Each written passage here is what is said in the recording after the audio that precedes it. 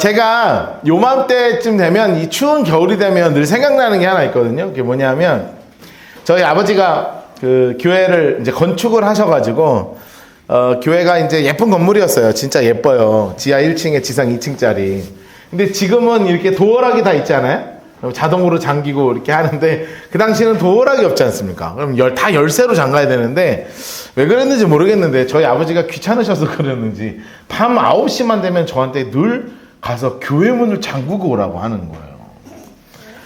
와, 진짜 무섭습니다. 차라리 본당은 좀 나아요. 본당은 2층이니까 올라가는 좀 낫는데 항상 어디를 늘 점검하라 그러냐면 지하실에 있는 소그룹실이 다 잠겨있나를 봐라. 왜냐면 옛날에 거기 사고 날까봐 다 일부 다 잠가놨거든요.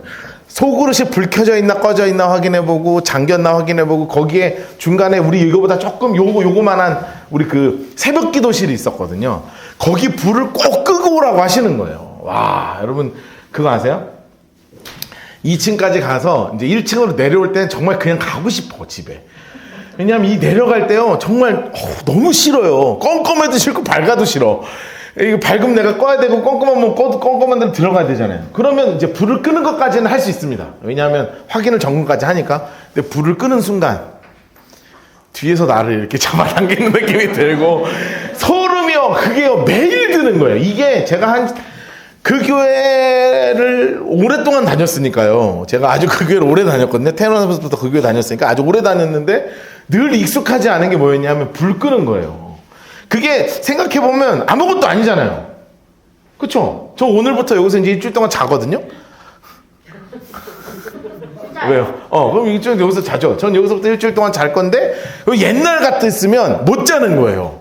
불 끄면 막 나를 뒤에서 끌어서 잠길 것 같고 그게 희한한 그게 예전에 홍 목사님 설교 때 그 말씀 하시더라고. 제일 무서운 세 군데가 있다. 첫 번째는 병원, 두 번째는 학교, 마지막은 교회. 희한하게 세 개는 그냥 불만큼은 제일 무서운 데라는 거죠. 진짜로 제가 진짜 무서웠었습니다. 그 불을 늘 끌어다니는데 정말 무서웠어요. 근데 제가 가만히 생각해 보니까 사실은 별로 무서울 건 없는 건데 왜 무섭냐 하면 어두움이 있기 때문에 그래요. 어두움 하면 우리가 가지고 있는 이미지가 있죠. 어두움 하면 되게 어둡고 무섭죠. 어두움을 좋아하는 사람이 여기 나는 특히 어두움을 좋아한다 뭐 이런 분들이 있을 수 있으나 대부분 어두움을 그렇게 무섭습니다. 게다가 무섭기 때문에 당연히 뭐가 오냐면 두려움이 찾아오고요. 어두운 가운데 혼자 서 있다 그런다고 그냥 그 생각만 해도요 너무너무 외로운 거예요. 게다가 어둠 하면 늘 붙어있는 느낌이 뭐냐면 저에게는 이 차가움이라는 게 있어요. 차가움. 그래서 보니까 무섭고 두렵고 떨리고 외롭고 차갑고 하는 이 이미지가 어두움의 속성을 다 가지고 있는 거라고요. 그런데 이 어두움의 속성을, 이 어두움을 이 땅 가운데서 완전히 몰아내시기 위해서 오신 분이 계십니다. 그분이 바로 누구시냐면 이 땅에 오신 우리 구주 예수 그리스도라는 것입니다. 여러분 제가 별을 참 좋아합니다. 여러분 제가 별을 진짜 좋아해요. 그래서 예전에는 막 별 책 사다 보고 막 그랬는데 요즘은 많이 까먹었어요. 왜냐하면 별이 잘 안 보여요.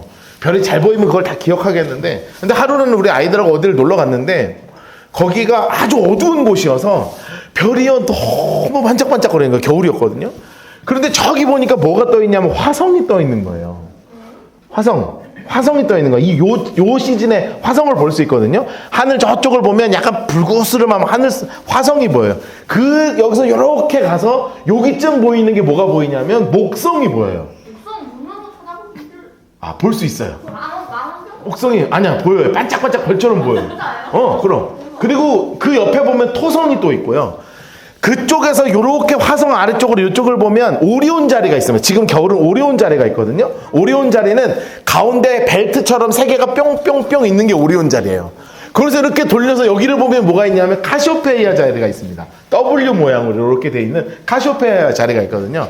그리고 이제 겨울철에 조금 더 지나면 북두칠성도 보이고요. 그리고 북극성도 여름에는 북극성도 보이고요. 그렇게 해서 아주 별들이 너무너무 잘 보이는 거예요. 이거를 그 누구보다 잘 알았던 사람들이 누구였냐면 저 페르시아에서 별을 연구하는 학자들이었던 동방 박사들이에요. 오늘 아까 나는 황금을 나는 몰약을 나는 유향을 드려. 그 세 사람이 누구냐면 동방박사들이거든요. 옷도 참 동방박사스럽죠. 예, 포항에 그거 제작하시는 전사님이 특별히 한 분 계셔가지고 저희가 오늘 어제 빌려왔거든요. 그 동방박사가 저는 그냥 그 정도밖에 몰라요. 뭐 그 정도밖에 몰라요. 근데 더 이상 자리도 잘 모르고요. 그런데 그 사람들은 늘 점을 보고 늘 천문학을 하고, 그러니까 별이 어떤 것인지를 계산하고 계절의 변화에 따라서 별자리가 달라지는 걸 계산하는 그 사람들이 어느 날 듣도 보도 못한 별이 나타나는 거죠. 정말 너무너무 반짝거리는 별이 나타나는 거예요. 너무너무 반짝거리는 별이 나타나는 거예요. 감당할 수가 없을 정도 반짝거리는 별이 나타나는 거죠. 사실은 제가 그저께 금요일날 목요일날 집에 포항에 왔다가 집에 가는데요, 경주 원절에서 정말 너무 밝은 별이 떠 있는 거예요. 나는 화성도 저렇게 안 밝은데 뭐 이렇게 밝은 별이지? 하는데 점점 커지더라고요. 헬리콥터였습니다. 아, 네, 깜짝 놀랐어요. 아, 저렇게 별이 밝을 수가 없는데 헬리콥터 별이 저를 이끌어줬어요. 근데 그거보다 더 밝은 별이 진짜로 한 번도 보지 못했던 별 하나가 어디에 위치에 딱 떠 있는데, 자기들이 그동안 연구했던 수없는 세상에 흘러다니는 많은 경전들을 연구하고 많은 학문들을 연구할 때 내렸던 결론이 뭐였냐면, 이 땅에 정말로 이 땅을 이끌어낼 정말 귀한 왕이 한 분이 오신다는, 그 구원할 왕이 태어날 것을 보여주는 별빛이었던 것입니다. 여러분 생각해 보세요. 근데 그거 어떻게 알아요? 나도 몰라. 흐름 자, 뭐라 그랬지? 그 별빛이었던 것입니다. 자, 그 별빛이었던 겁니다. 그래서 놀라운 건 뭐냐면, 이 별을 정말로 따라서 이 동방박사들이 쫓아오는데, 성경에서 왜 별로 이야기했을까 늘 생각해 보거든요. 왜 별이었을까? 그것은 이 어두움 가운데 빛으로 오신 예수 그리스도를 우리에게 보여주고 싶었던 거 아닌가 싶어요. 요한복음 1장 9절 말씀을 보면 이렇게 써 있습니다. 우리 같이 한번 읽어볼까요? 시작. 참빛 곧 세상에 와서 각 사람에게 비추는 빛이 있었나니. 아멘, 아멘. 여러분, 예수님을 성경에서 뭐라고 이야기하냐면 참빛이라고 이야기합니다. 진짜 우리를 구원할 수 있는 유일한 빛이 딱 하나 있었는데, 우리의 삶이 늘 어둠 가운데 있습니다. 두려움이 있고요, 떨림이 있고요, 외로움이 있고요, 차가움이 있고요, 홀로 되는 느낌이 있고요, 아무도 없는 것 같은 외로운 상황일지라도 우리의 유일한 빛이 되시는 참빛인 예수께서 이 땅 가운데 오셔서 그 따스함으로 우리를 감싸주시는, 우리를 언제나 도와주시는 바로 그분, 나와 함께 하시는 진짜 빛, 그분이 누구냐면 우리를 구원하신 예수님이라는 사실을 절대로 잊지 않으시기를 주님으로 축복합니다. 예수님은, 그 빛으로 오신 예수님은 나와 함께 하시는 분이에요. 마태복음 1장 23절 말씀 보니까 성경에서 예수님의 이름에 대해서 이렇게 소개하고 있어요. 보라, 처녀가 잉태하여 아들을 낳을 것이요 그의 이름을 임마누엘이라 하리라 하셨으니, 이를 번역한즉 하나님이 우리와 함께 계신다. 여러분, 몸이 아픈 분 계십니까? 예수님께서 참빛이 되어주셔서 여러분의 아픈 곳에 치유의 빛을 비춰주실 줄로 믿습니다. 여러분, 어두운 터널 가운데 지나고 계시는 분들 계십니까? 외롭고 지치고 쓰러지고 넘어지고 감당할 수 없는 삶의 그 현장 가운데서 내가 어두워서 길이 보이지 않는다고 생각할 때 우리의 빛 대신 예수님께서 나의 길에 빛이 되어주셔서 절대로 여러분은 홀로 놔두지 않으신다는 사실을 여러분 믿음으로 붙잡고 사시기를 주님의 이름으로 축복합니다. 여러분, 그래서 우리가 공동체 고백으로 매주 이렇게 고백하잖아요. 이렇게 고백하잖아요. 같이 다시 한번 여기만 읽어볼까요? 시작. 주님께 순종하는 삶이 가장 안전하고 완전한 삶입니다. 아멘. 왜냐하면 우리 예수님은 가장 따뜻한 빛이시기 때문에 그래요. 한번 따라 하실까요? 예수님은 따뜻한 빛이십니다. 우리 다음 세대들 오늘 진짜 고생 많이 했는데, 우리 청년들도 그렇고 청소년들도 그렇고요. 나이가 좀 어리고 하면 잘 안 믿어지는 경우들이 있어요. 그러니까 그냥 믿다가 나중에는 헷갈려요. 진짜 살아있나? 하나님 진짜 살아있는 거 맞나?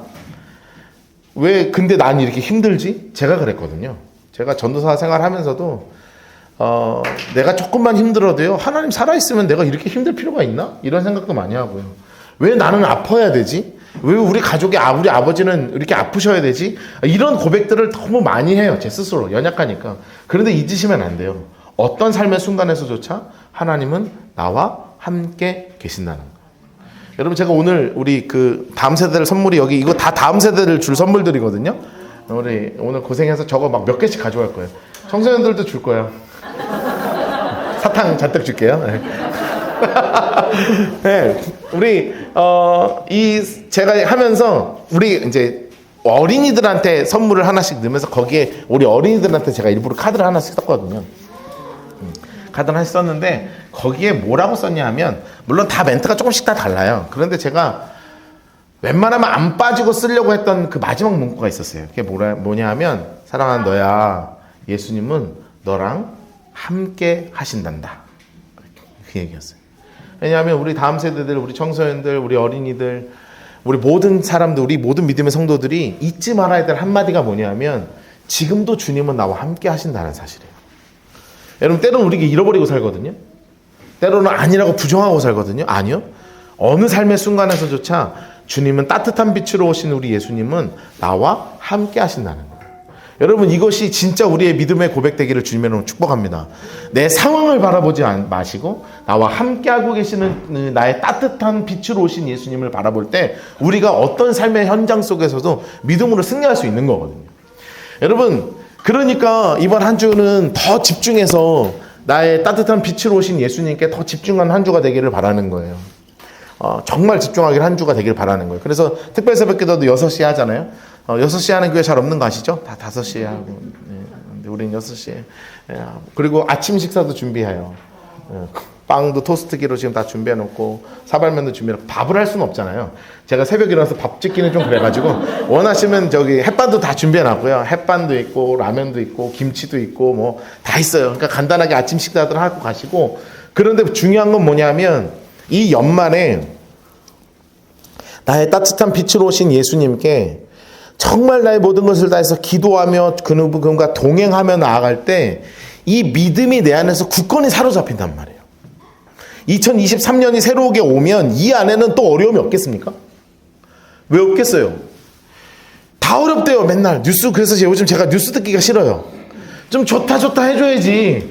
아무도 좋다는 사람 없어요. 내년에 어려울 겁니다. 경제적으로 뭐 어려움이 올 겁니다. 그동안 우리가 경제가 안 어려웠던 적이 있습니까? 계속 어려웠는데. 근데 계속 뉴스에서 뭐라 하냐면 안 좋대요. 근데 그거 아시죠? 경제학자들이 좋다고 하면 잘 안 맞는데 안 좋다고 하는 건 잘 맞아요. 희한한 역사가 있어요. 내년에 진짜 어렵긴 어려울 것 같아요. 근데 어려운 건 뭐 어떻게 할 거예요? 어려우면 주님 안 붙잡을 거예요? 아니, 어려우니까 주님을 붙잡아야죠. 힘드니까 주님을 더 붙잡아야죠. 그 시작점이 바로 뭐냐면 바로 내일부터 시작할 바로 우리 특별 새벽 기도입니다. 그래서 우리가 함께 모여서 기도하고 주님께 더 나아갈 때 나와 따뜻한 빛으로 이 땅에 오신 예수님과 진짜 동행하면서 마무리되는 우리 1년이 될 줄로 믿습니다. 그리고 새로운 한 해를 정말로 준비하는 정말 귀한 한 주가 될 거예요. 자, 성경 보면 아주 재밌는 인물이 하나 있죠. 누구냐면 바로 삭개오입니다. 삭개오를 보면 세금을 거두면서 맨날 내 생각만 하지 않았겠어요? 야, 너 오늘 이만큼 거뒀으니까 나는 요만큼 더 붙여가지고, 그렇게 해서 얘가 부자가 된 거거든요. 그냥 부자가 된 게 아니라 돈 거들어 다니는데 100원만 거두면 될거 120원, 130원, 150원 걷어가지고 자기가 나머지 다 먹으니까 자기가 다 그거 다 부자가 되지 않았겠어요? 얼마나 내 생각만 하고 살았겠어요? 어떻게 하면 이 벌은 돈을 가지고 뭘 할까? 내가 무엇을 입을까? 무엇을 마실까? 어떤 더 좋은 걸 하고 살까? 늘 그런 거 하고 살았던 사람이 누구였냐면 삭개오였단 말이죠. 그런데 삭개오가 그럼에도 불구하고 가슴속에 가지고 있었던 이 커다란 구멍을 메꿀 수가 없잖아요. 그래서 예수님이 찾아오신다고 하실 때 돌무화과 나무, 예전에는 뽕나무라 그랬는데 요즘 성경에는 돌무화과 나무라고 나오거든요. 돌무화과 나무 위로 올라가서 예수님을 이렇게 기다리고 있었어요. 그런데 예수님을 기다리고 있었다 써있고, 그 다음에 19장 5절에 그냥 이렇게 딱 써있습니다. 같이 한번 읽어볼까요? 시작. 예수께서 그곳에 이르사 쳐다보시고 이르시되 삭개오야, 속히 내려와라. 내가 오늘 내 집에 유하여야겠다 하시니. 아멘. 여러분, 저는 이 성경을 읽을 때, 누가복음 19장을 읽을 때 참 놀라운 게 뭐냐면 삭개오의 상황이 적혀 있거나 예수님이 야, 너 뭐 그렇게 했냐, 살았냐, 뭐 이런 말씀 한마디도 없으시다는 거예요. 그냥 삭개오가 나무 위에 올라갔다. 그 올라가 있는 삭개오에게 예수님이 찾아가셔서 너 내려와. 왜 거기 있냐? 나 오늘 너랑 같이 너네 집으로 오늘 가서 너네 집에서 유할 거야. 같이 먹고 잘 거야. 라고 이야기하셨다는 거예요. 제가 오늘 설교를 준비하면서 정말 이렇게 묵상을 할 수밖에 없었던 게 뭐냐면 예수님은 삭개오가 얼마나 큰 죄를 저지른 죄인인지, 삭개오가 얼마나 많은 재물을 착복하면서 자기만을 위해서 살았는지, 삭개오가 얼마나 많은 사람들에게 미움을 당하는지, 이 미움 당하는 자에게 내가 찾아가면 얼마나 어려운 일이 생길 것인지, 그런 어떠한 상황도 살펴보지 아니하시고 아무런 조건도 따지지 아니하시고 정말 따뜻한 눈빛으로 삭개오를 쳐다보시면서 내려오라고 하신 그 예수님이 생각이 나는 거예요. 여러분, 예수님의 사랑이 어떤 사랑인 줄 아세요? 어떠한 조건도 따지지 아니하시는 사랑이라는 거예요. 정말 감사하죠. 여러분도 사랑하신다는 거예요. 그래서 나도 주님께 사랑받을 수 있다는 거예요. 여러분, 여러분의 삶을, 나의 삶을 그냥 하나님 앞에 24시간 다 까놓는다고 생각을 해보세요. 여러분이 했던 그 말들, 지난 한 주간에 막 뱉었던 말들, 지난 한 주간에 여러분이 했던 많은 행동들, 막 했던 많은 불평과 불만들, 많은 죄악들, 이것을 하나님 앞에 까놓으라고 생각해 보세요. 주님 앞에 우리가 나갈 수는 있겠습니까? 주님이 나를 찾아오신다니 가당키나 하겠습니까? 아니죠. 그런다고 우리가 물론 뭐 사람을 크게 해하는 큰 죄를 저지르려고 사는 건 아니지만, 내 삶에 있는 이 쩌들어져 있는 이 악함을 주님 앞에 드러내놓으면 주님 앞에 나갈 수 있는 사람이 누가 있냔 말이에요. 그런데 우리 주님은 그 어떠한 것도 따지지 아니하시고 그냥 여러분을 사랑하셔서 그 따뜻한 눈빛으로 우리에게 다가오시는 분이 누구시냐 하면 바로 우리 구주 예수 그리스도라는 거죠. 여러분, 그분이 바로 우리의 따뜻한 빛이십니다. 이 빛을 받은 우리에게 성경은 뭐라고 이야기하고 있냐면 에베소서 5장 1절과 2절 말씀을 보면 이렇게 되어 있습니다. 같이 한번 읽을까요? 시작. 그러므로 사랑을 받는 자녀같이 너희는 하나님을 본받는 자가 되고 그리스도께서 너희를 사랑하신 것 같이 너희도 사랑 가운데서 행하라. 그는 우리를 위하여 자신을 버리사 향기로운 제물과 희생 제물로 하나님께 드리셨느니라. 아멘, 아멘. 그냥 보여주세요. 여러분, 성경 1절에 뭐라고 써있냐면 사랑을 받는 자녀같이 너희는 하나님을 본받는 자가 되라 라고 이야기하시는 거예요. 여러분, 주님이 여러분을 사랑하십니다.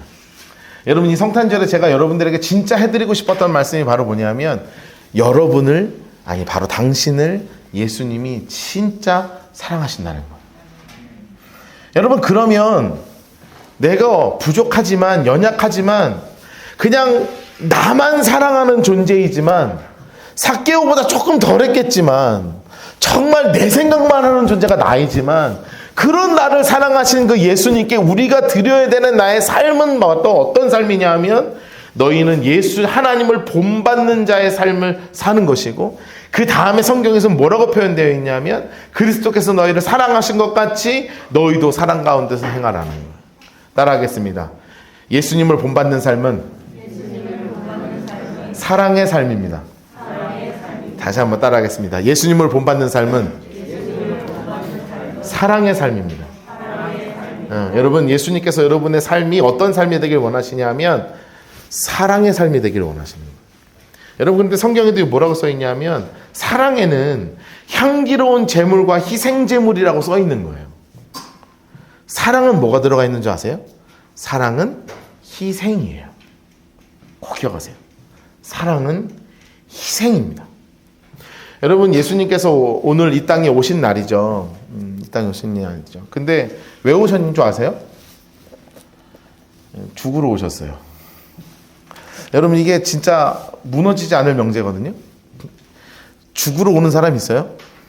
다 살려고 오죠. 물론 빨리 죽었으면 좋겠다 뭐 이런 생각 하시는 분이 혹시 있을지 모르는데 축복합니다. 주님이 생명은 내가 걷어가는 게 아니라 하나님이 걷어가시는 거니까 그 주권도 하나님께 드리는 거예요. 그런데 진짜 죽기 위해서 오신 분이 있다고요. 그분이 바로 예수님이시죠. 그러면 아들을 죽기 위해 보내신 분이 있다고요. 그분이 누구시냐면 우리의 주인 되시는 하나님이시라고. 여러분, 제가 작년 성탄절에도 이 말씀을 드렸고요. 내년 성탄절에도 이 말씀을 드릴 거거든요. 10년 뒤에도 제가 이 말씀을 여러분한테 드릴 거예요. 성탄절은 어떤 날이냐면 하나님께서 눈물로 아들 예수를 이 땅 가운데 보내신 날이에요. 기억하세요. 성탄절은 하나님께서 눈물로 아들 예수를 보내신 날이라고. 하나님께서 우리는 기뻐하시는 이 별빛으로 오신 우리 주님, 빛으로 오신 주님 너무나 감사합니다. 기뻐합니다. 하지만 사실은 하나님은 시간과 공간을 초월하신 우리 하나님은 예수가 이 땅에 오시면 어떻게 33년 뒤에 죽을 걸 알고 계시기에, 얼마나 고통스럽게 죽어야 되는 걸 알고 계시기에, 나 스스로가 눈을 감고 고개를 돌려 외면하지 않으면 이 모든 죄의 문제를 해결할 수 없다는 것을 아시기에 하나님은요 눈물로 이 땅에 예수를 보내신 너무나 귀한 날이 이 날이라는 거예요. 그래서 크리스마스는 이 희생의 시작이 되는 날입니다. 여러분, 예수님의 삶은 처음부터 끝까지 전부 다 자기 희생이었습니다. 전부 다 자기 희생이었어요. 나의 삶을 다 전부 다 드려 우리의 모든 죄의 문제를 해결하시기에 이 땅 가운데 오셨다는 거예요. 여러분, 그러니 우리의 사랑 또한 어떤 사랑이 되어야 하냐면 희생의 사랑이 되어야 하는 거죠. 여러분, 삭개오가 딱 그랬습니다. 누가복음 19장 8절 말씀 보니까 이렇게 써있죠. 삭개오가 서서 주께 여짜오되 주여 보시옵소서, 내가 내 소유의 절반을 가난한 자에게 오늘 주겠습니다. 만일 누구의 것을 속여 빼앗은 일이 있으면 내 갑절이나 갚겠습니다. 이렇게 선언합니다. 저는 늘 이거를 보면 궁금해요. 얘는 얼마나 있는 거야? 도대체 캐시가 얼마나 있길래 이게 가능한가? 저는 이게 궁금하거든요. 나중에 천국 가면 물어볼 거예요. 캐시가 얼마나 있길래 4배를 줘도 남아요. 근데 남았어요? 그것도 궁금하고요. 사채. 사채를 썼다고? 너무 주려고? 그러진 않았을 것 같아요. 왜냐면 그동안 뿔린 게 많아가지고. 그런데 저는 사실 무슨 생각을 많이 하냐면 안 해도 되잖아요. 누가 뭐라 그래요? 여러분, 예수 믿으면 여러분의 절반을 팔아서 가난한 자에게 나눠주고, 혹시 누구에게 뺏은 것 있으면 4배나 갚아서 주실 수 있어요? 안 해도 되잖아요. 저는요 이거 안 해도 된다고 생각해요. 안 해도 아무도 손가락질 할 일이 아니에요. 오늘 내가 예수를 믿었거든요. 그런데 삭개오의 심장 가운데 뭐가 들어왔는 줄 아세요? 예수의 사랑은 나를 아무런 허물 없이, 아무런 눈에 쌓인 것 하나도 없이 나를 그냥 사랑해 주시는 예수님이라면, 그 사랑을 받은 내가 당연히 나의 모든 것을 희생하여서 희생의 사랑으로 이 땅 가운데 갚아야 된다는 사실을 알았던 거예요. 그러니 이런 결단을 하죠. 진짜 한 거예요. 여러분, 여러분의 삶이 이 희생의 사랑이 실천되는 삶이 되기를 주님으로 축복합니다. 사랑한다는 것은요 그냥 사랑합니다, 축복합니다, 진심으로 사랑합니다, 축복합니다가 아니에요. 저 사람을 위해서 내 삶에 진짜 희생해야 될 부분이 있다면 내 삶의 희생을 들여서라도 살리는 일을 하는 거예요.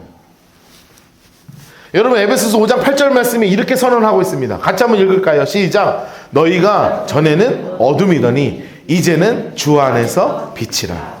빛의 자녀들처럼 행하라. 아멘.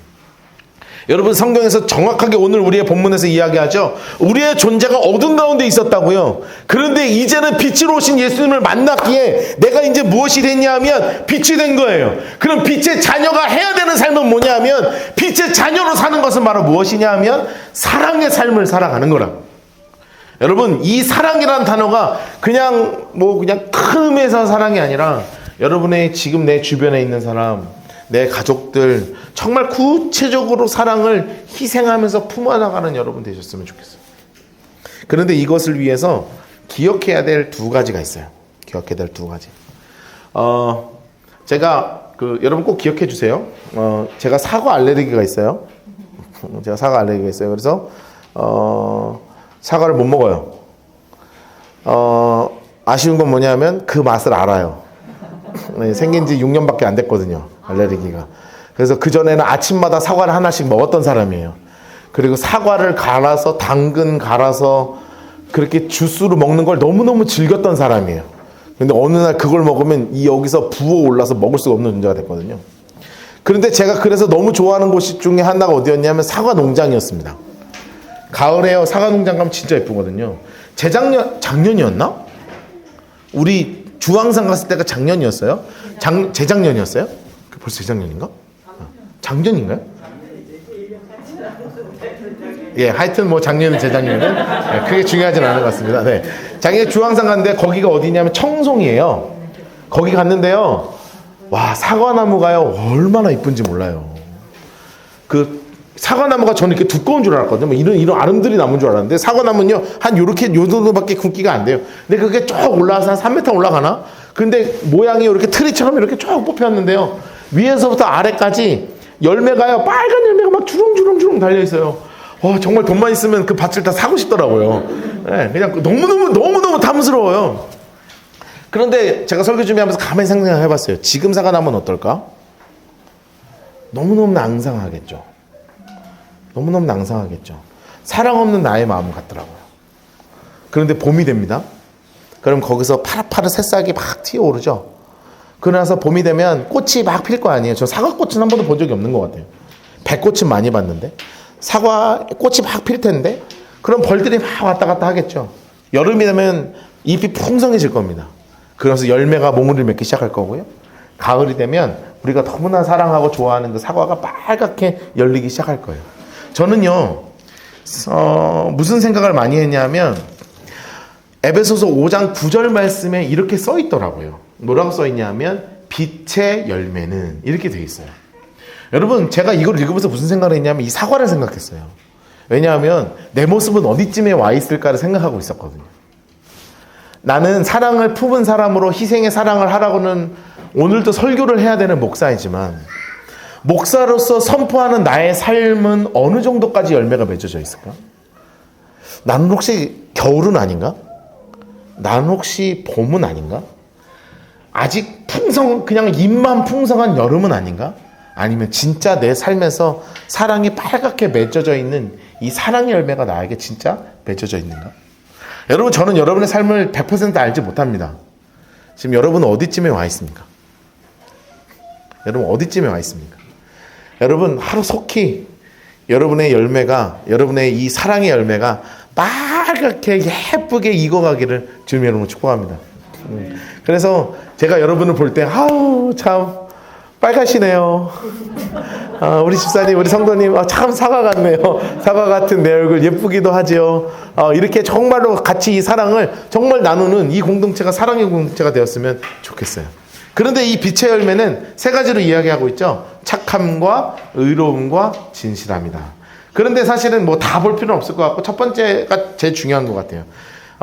내 안에서 이 희생의 사랑, 이 사랑이 품어난다는 것은 거기서부터 뭐가 열매가 맺어지냐 하면 착함의 열매가 맺어지는 거예요. 여러분 착하시기를 축복합니다. 여러분 좀 착하세요. 착하다는 건 진짜 친절하다는 거죠. 근데 여러분 친절하다는 것에 근본적인 의미가 하나 있는 거 아세요? 친절하다는 것의 근본적인 의미는 바로 뭐냐면 배려입니다. 친절하다는 건 아주 배려가 아주 잘 몸에 녹아져 있음을 이야기하는 거예요. 성경에서 제일 배려가 많은 분이 누구냐면 보아스 같은 분이거든요. 정말 삶이 그냥 말씀으로 그냥 보아스 같이 그냥 이렇게 배려의 마음이 쫙 있어요. 근데 배려라는 건 왜 배려가 되냐면 내 중심의 사랑을 하지 않아야 배려가 가능한 거예요. 여러분 지금 겨울에 연탄 필요한 분들한테 등유 잔뜩 갖다 주면 소용이 있어요, 없어요? 없죠? 등유 보일러 피는 사람한테 연탄 갖다 주면 소용이 있어요, 없어요? 없죠? 내가 갖다 주고 싶은 건 등유여도 그 사람이 필요한 게 연탄이면 연탄을 줘야 되는 거죠. 여러분 이게 배려예요. 그런데 때로는 우리가 착하게 행동한다고 생각하면서 여러분 제가 물어보면 여러분 혹시 착하십니까? 물어보면 제가 조금은 착하죠. 제가 그렇게 못되다는 소리, 착하단 말은 잘 안 해요. 제가 못되다는 소리는 잘 못 들어봤습니다. 뭐 이렇게 얘기는 스스로 평가할 수는 있겠습니다만 그것을 누가 볼 수 있냐면 여러분의 주변 사람이 여러분을 평가할 수 있는 거예요. 이 사람은 진짜 나를 배려해 주는 사람인가? 아니면 지멋대로 하는 사람인가? 여러분 우리의 존재가 어떤 존재인지를 한번 돌아보자는 거예요. 연말에 내가 진짜 착했으면 좋겠는데 내 마음대로 살아가는 존재냐, 아니면 누군가의 진짜의 필요를 찾아서 채워주는 사람인가? 여러분 따뜻한 사랑은 바로 필요를 채워주는 사랑이거든요. 또 하나 우리가 기억해야 될 두 번째 것이 있어요. 그게 바로 뭐냐면 에베소서 5장 20절 말씀이에요. 같이 한번 읽을까요? 시작. 범사에 우리 주 예수 그리스도의 이름으로 항상 아버지 하나님께 감사하며. 아멘. 여러분 제가 오늘 설교에서 마지막 구절로 이 구절을 너무 읽고 싶었어요. 왜 그런지 아십니까?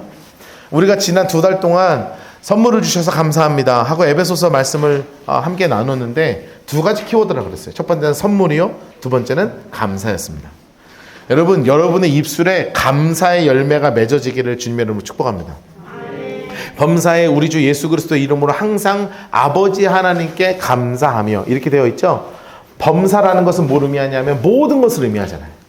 내 삶의 모든 것에 주님께, 나의 주인이신 하나님께 감사의 말이 정말로 사랑으로 정말로 예쁘게 맺혀졌으면 좋겠단 말이에요. 지난 한 주 진짜 얼마나 감사 고백하면서 하셨습니까? 여러분, 감사가 많았어요? 불평이 많았어요? 불평이요. 그럴 줄 알았어. 여러분, 진짜 감사가 많았어요? 아니면 그냥 사람 만나면 감사한 이야기를 많이 하셨어요? 아니면 사람 만나면 나 그냥 힘들고 지치고 쓰러진 얘기를 많이 하셨어요? 쟤 좀 이상해. 그런 얘기 했다고. 그런 얘기. 그치. 그럴 줄 알았어.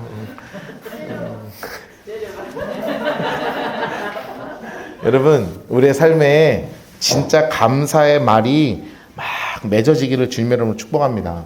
사실은 제가 이 설교를 왜 준비하기 시작했었냐면 저희 아내는 저를 잘 알거든요. 그렇죠? 저희 아내만큼 저를 잘 아는 사람이 없을 거 아니에요. 근데 제가 워낙 불평불만이 많아요. 제 아내, 제가 약간 투덜이 스타일이에요.